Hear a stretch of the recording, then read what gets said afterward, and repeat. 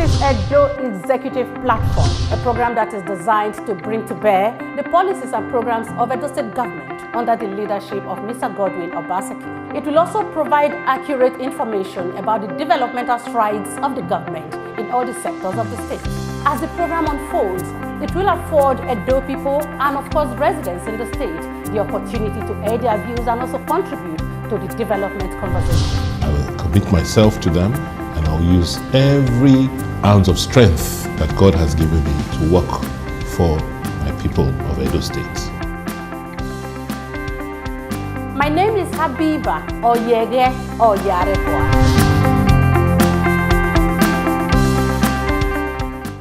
This is Edo Executive Platform.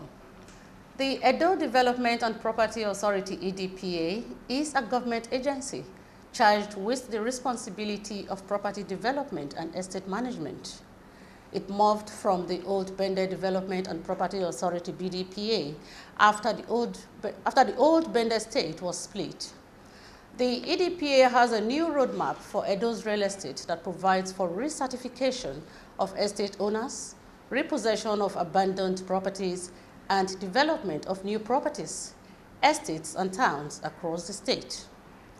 This new roadmap is already being implemented with the perennial issues of debt, encroachment, and undocumented occupation receiving the desired attention.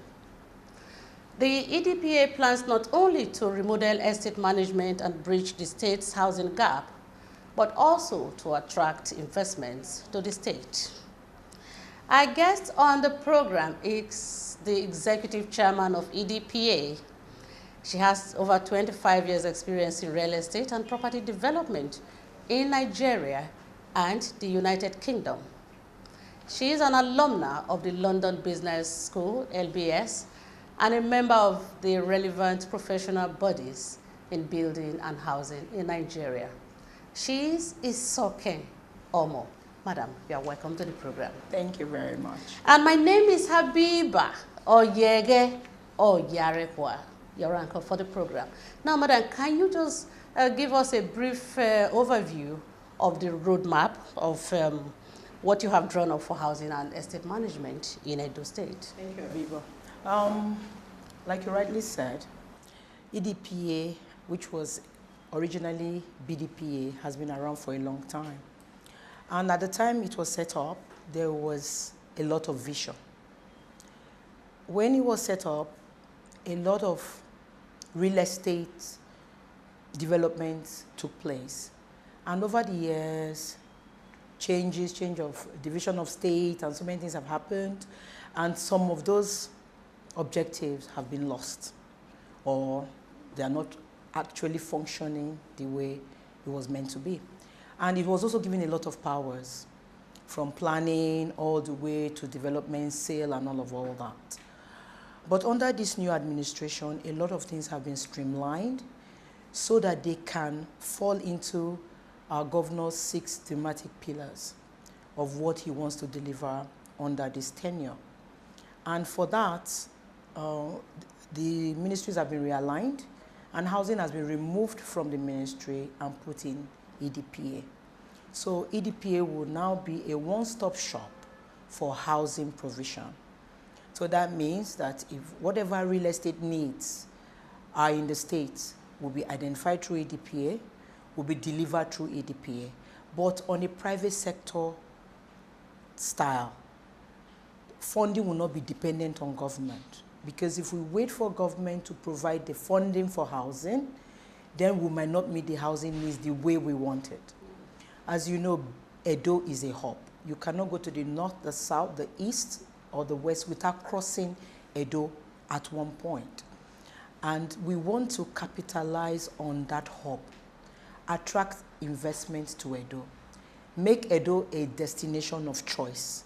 And once these investments come, obviously you would need some kind of accommodation, be it temporary or long-term. So we want to be able to provide that service. So that's all part of this roadmap. So it's going to be, on the one hand, providing real estate as an investment, and then providing real estate as a support to other industries. So that's how it's going to work going forward. Now, in terms of IGR, what does the government stand to benefit? A lot. Because housing is a contributor, is an income generating business, it's an income generating arm of business, like I rightly said, like earlier said. And what this will mean is, would have different forms of housing, would have from the low cost to the affordable, medium, and high end. And all this will be delivered to the public in different forms. Would have schemes that are outright purchases, would have rent to own, would have rental properties, and different options. So that whoever lives in Edo and is coming here to do business will have different options available to the person to pick from. And then the kind of accommodation we're building now, we compete with anybody anywhere in the market. So if it's somebody you see in Lagos or Abuja or Kano, Port Harcourt, or even the diaspora, you would see it in Benin. And it will match your pocket. So it would give you value for money. And for that value, we intend to get a good return on our investment and then contribute to the IGR. At the moment, EDPA contributes to the IGR because we have existing investments that over time had been created in the state. And out of these investments, we get things like ground rent, we get things like rent, we get and all other kinds of land charges. We also have commercial properties that actually provide income to both the state and to EDPA in particular. Which means as the government is gaining on one side, and then providing a service as well. And the people are getting, yes, the people are getting. The and side. Then also, remember, because of the way it is now with the new system, there is homogeneity. The city is being regenerated. Yes. So there is a lot of partnership working. You know, as you are aware, Edo GIS is on board. We have a new Ministry of Physical Planning and Urban Regeneration, and all of these ministries are working together. And we cannot also work in isolation. Where wealth is being created, we are also following that to say, okay, what kind of accommodation will be required? So it is fit. We're not just building just anywhere. We're building where there is infrastructure, there is business. For example, we're doing a lot in agric. So we're looking at seeing how we are partnering with the agric area to build agric estates, things that make sense for the people who are working in agric, so that concentration and pressure on the city is taken away. Now, what about the professional bodies, like the architects, the estate valuers and surveyors? Are they also under the EDPA? No. What's happened here, in the state right now, as far as I'm aware, all the professional bodies in the construction industry have come together under one auspice. And they have come to the state, they've approached the government, and they've visited us to say, we are one body. We don't want you to engage with us engage with architects, estate surveyors, quantity surveyors, builders, engineers. You know, we want you to engage with us uniformly so that we can work together and get the desired throughput that we're looking at. So, and that's a very good thing, because if I have an opportunity, I don't need to go to 8 or 9 organizations to engage them. I can engage them at one singular point, and that information will feed through. For example, the issues about regeneration and trying to replan the city and make it the city that we want it to be, we cannot do that by ourselves. We will need buy-in from the professionals, because a lot of the work would involve them. There will be enumeration, there will be redesign, there will be planning, all sorts of things. So we know that they are with us. And they have given us our assurance that whatever we want to do, they are ready to come with us, so that the residents in Edo will understand that they work with the government, they support the government, they identify with what the government is doing, and then they also will pass that information on through their association and also in their communities to say what the government is doing is the right thing. It is necessary that you support. So once that buy-in is there, it's easier for you to get things done. So that's one of the very good things that have happened recently. So in all that you have said so far, it's like for the people, the EDPA may just end up being just a one-stop, yes? A one-stop shop. It is a one-stop shop for real Already? estate. Yes, it is, because at the moment, there's something that has not really been said, and I think it's an opportunity to say it. Edo State government over the years has provided a lot of accommodation for its civil servants. But this has not really come out. I only got to get this information when I came to EDPA. We have about 1,572 housing units within Benin and its environs, just targeted at civil servants. So where are they always occupying them? Okay, civil servants, of course. Under, some of them are rent-to-own scheme. You can hear federal government talking about rent-to-own scheme now, but Edo has been doing it for years. Some people have been on the rent-to-own for over 15 years, 10 to 15 years. We really haven't heard about That's this what I'm so saying. much. If we didn't have, now we have this platform, so people can actually hear what is going on. So there are civil servants who actually entered into the properties provided by the state as tenants. And they were paying from the salaries, deductions from the salaries. Eventually, they became owners. I have people like that. We have estates like BDPA estate in Ugbowo. We have Igosa. We have Oregbeni. That's one of our estates. We have FHE, Federal Housing Estate, the one done by Edo State government. We have phase 1, 2. We have Workers Village. We have C130. We have Andrew Wilson. We have Iyekogba. All these estates are estates built by the state. And then we have outside of Benin, we have estates in Uromi, we have estates in Auchi, we have estates all over like that in different parts of the state. And all these are not even being said, so you don't really hear it. But having come here, I can testify that that is what has happened. And a lot of civil servants, some of them retired now, have benefited from these programs. They are living in these houses. The houses are existing, and they are there as a testimony to what Edo State has so far done in housing. But there is opportunity to do more. Yes. Now, but there are issues of backlog of rents, encroachment, and of course abuse of estate designs. Yes. What steps have you taken to address these issues? Okay. Several steps have been taken. First of all, we have engaged with resident associations to make them understand we're here, we're doing things new, and this is what we want to do. Because it is necessary for people to understand why things should be done properly, so that it is easier. We are not intending to use force unless it is absolutely necessary. But the first instance is actually to engage, for them to buy in and understand why this needs to be done. I'll give you a typical example. Maybe you bought a one-bedroom flat in a block of flats, maybe one suspended floor, and you have another one-bedroom on top of you. Somebody comes and decides to put 3 rooms additional to that one bedroom. They've not taken into consideration the setbacks between them and the next property. They've not taken into consideration the services provided. For example, the sockaway there, is it provided to take that additional amount of people? Have you taken that into consideration? What about the water provision? What about the health and safety issues?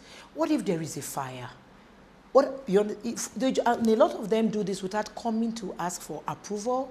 If you buy a property or you are allocated a property under whatever scheme, there are laws guiding that allocation.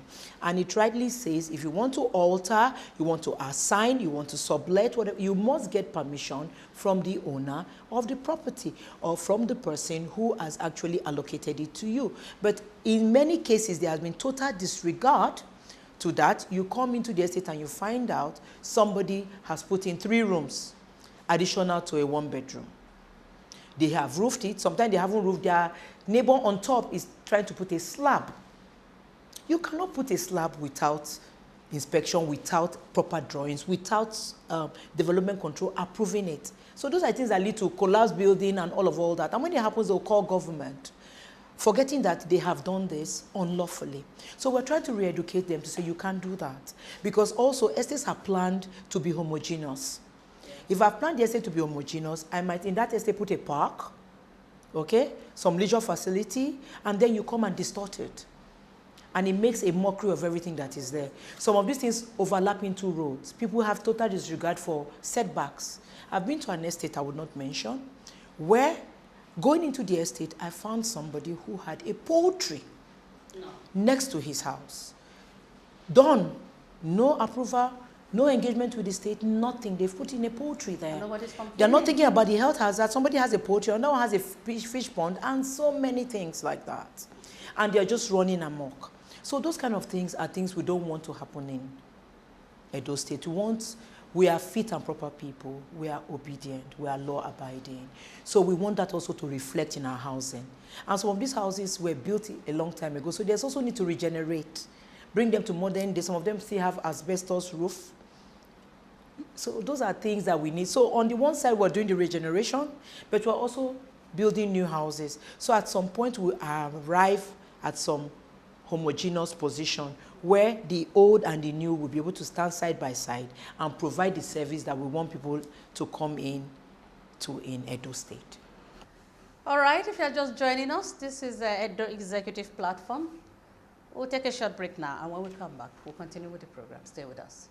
I will commit myself to them, and I'll use every ounce of strength that God has given me to work for my people of Edo State.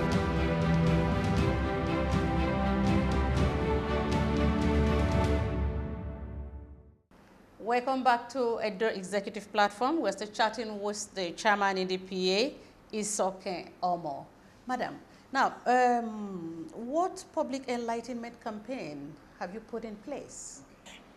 All right, we have actually drawn up a program to engage with the public, and the program has so many phases. We're going to have newspaper adverts, we're going to have TV, radio in different languages, and then we're also going to engage with the social media.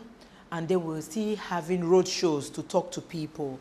And the whole intention is to sensitize people and make them understand. EDPA is here. EDPA is in charge of housing and real estate. EDPA is here to work. These are the things that are not acceptable to us. These are the things that are acceptable. These are the ways we want to partner with you as residents, and these are the kind of benefits you will get out of that. Why are we doing this? There are a lot of encroachment issues at the moment. We have over 200 hectares of land encroached on in different communities. We have in Ubuyoho, we have in Ego, Egbaen, we have in Enyai, we have in Iyekogba. And these are properties, lands where we have the C of O. And then people have gone in there, encroached with impunity, built on them. So things to jumpstart the new developments are not as easily available as would have been the case without the issue of encroachment. So this we have passed to the Agency for Private Property Protection. We've engaged them, we've given them our documentation, and we are engaging with them with the community.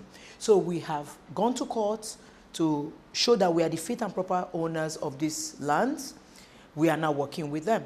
So we'll put in the newspaper adverts to warn everybody who are within our lands to make arrangement to vacate. When they don't have a property that you're already staying with your family? The thing is, they broke the law. When you break the law, it's not as simple as having those kind of sentiments. I share your sentiments. I know people who feel like that. I'm not being sentimental. Okay, good. I'm just trying to speak the mind of somebody watching this program. I understand, but the thing is this, information is key. Yeah. Edo State has been around for a long time. The ministries have been there for a long time. EDPA itself has been around since BDPA. Yeah. A lot of people who bought these lands knew these lands belonged to BDPA. It's always better to err on the side of caution and ask. A lot of these things could have been avoidable if the questions were asked. And then if there is respect for law and authority, if there is respect and there is a caveat saying this property belongs to EDPA, obviously it is not expected that you will trespass. In other cities, things are not done like this. I've lived in Abuja for a long time, for quite a while. I live there. You don't do such things. I don't think even in Lagos you can do that. So there's a level of impunity in addition to just maybe lack of information or lack of knowledge. Because some of them, I'll give you a typical example. In one of our properties, we had a sample building already built that we wanted to use to market the kind of houses we want to build. Yes. It is done from our brick. We have a brick factory. It was, the bricks from that factory was used to build this house, and somebody pulled it down. It was destroyed. No. Yes, it was destroyed. I don't know what other kind of impunity will be more than that. So we will give people ample time. So we're going to run a program for the encroachment as well as recertification. They'll be working side by side, where we will give you notice. These lands belong to us. If you have anything in any of these lands, come to us now. Let us enumerate. After that, we would agree a position. A position I cannot say to you now. I'm not going to say to everybody, I would allow you to live there. No. It might not, some of them are on lines where we're supposed to have the sewage. Some of them are on the road in the master plan at the moment. So all those things will be looked at. If it's on the road, it's going to prevent other people gaining access. So how many of it are we going to reorganize and redesign to please people?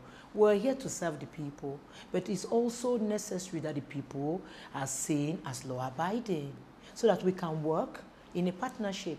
The government is not in isolation, and we as well are not providing an isolated service. So it is necessary that we work in partnership. So opportunity will be given to everybody to come and tell us this is what it is.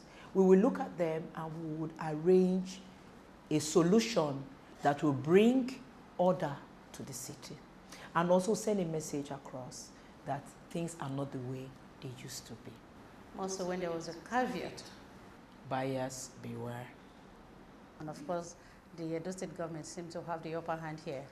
I don't know about upper hand. We're not in a battle. We're not here to score points. We're here to provide a service. You know, some of these things, like I said to you, it's easy when things don't go wrong. When things go wrong, it's very easy to blame the government. Oh, government should have done this, government should have done that.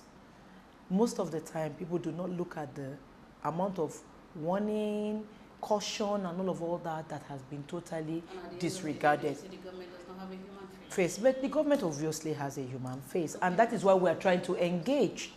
You know, the property is ours. If you went home this evening and somebody was in your house, moved in, you will use reasonable force to re-enter. You will have to use reasonable force. It is expected in law that you would really use reasonable force to enter because the person is preventing you from your rightful access. So but that's not what we're doing. We're engaging first.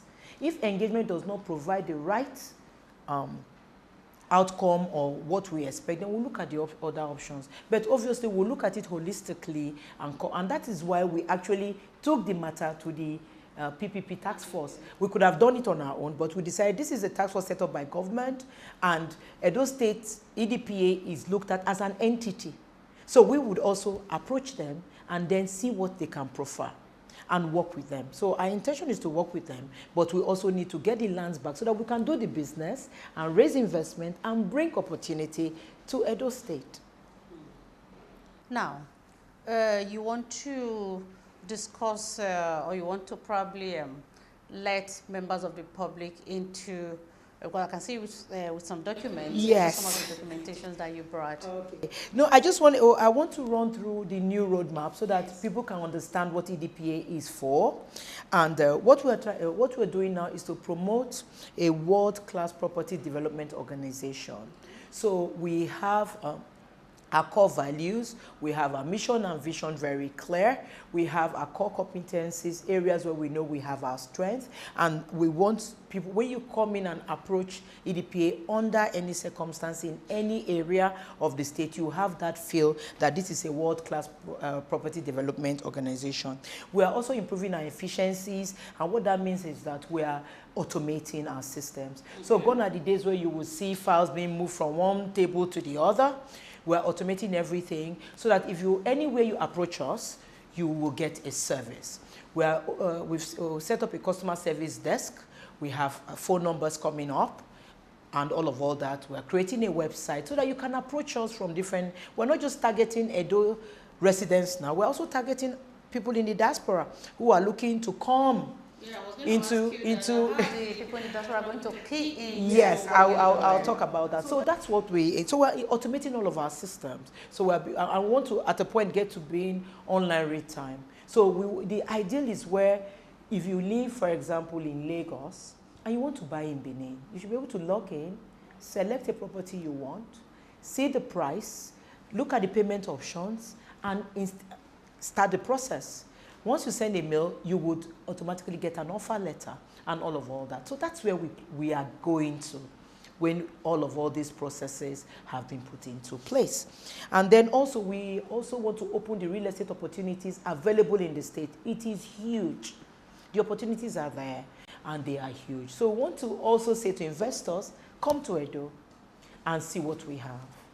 These are the investment opportunities in real estate. And we are attracting quite a few people now, which I cannot mention for confidentiality reasons right now. But eventually things will become more obvious, and you will see as things evolve. And then we want to increase the brand identity. I remember growing up, people talking about BDPA estates in Warri, in Benin. So people had a feel good about BDPA. So people wanted to live in BDPA estate. So it's like when the names you call in construction, you feel good.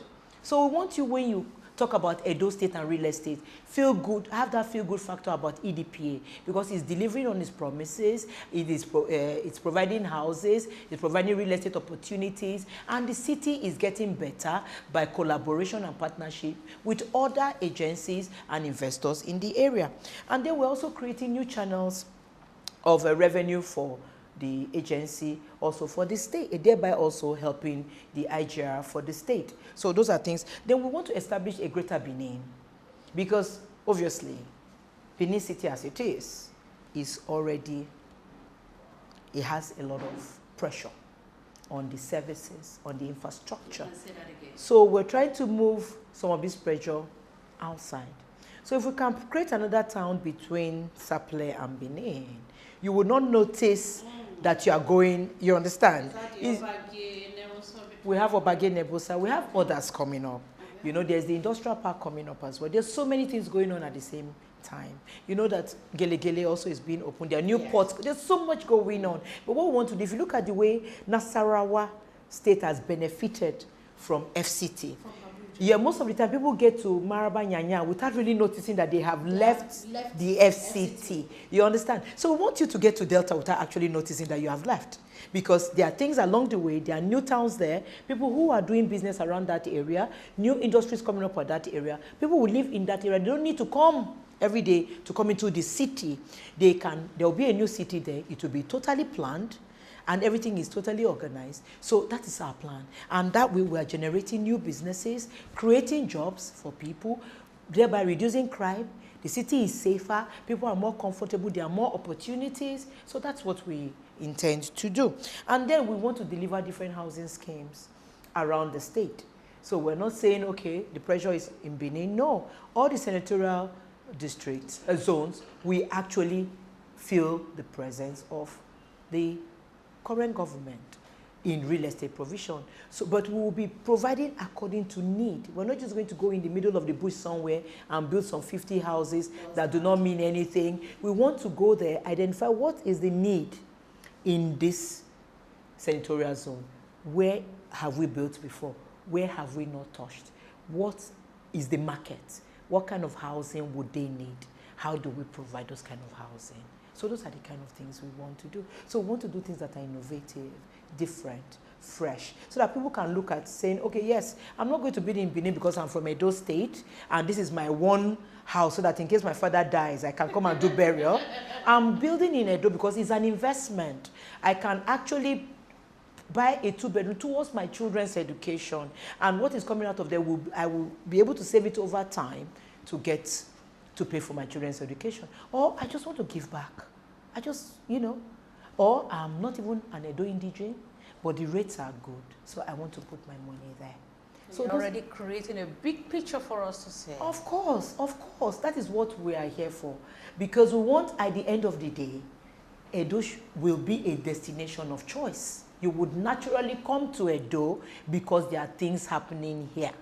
That is the reason. So by the time agri takes off, the gas industry takes off, all these projects, manufacturing takes off. As you are aware, cement is already there, bois is already at Okpila, the fertilizer is there. So a lot of things are coming up. So once all this take off, obviously it will mean more housing demand, And as we are producing and delivering, it will mean more people coming and passing through Edo to go to wherever you want to go. Because we want you to pass through, but we want you to stay.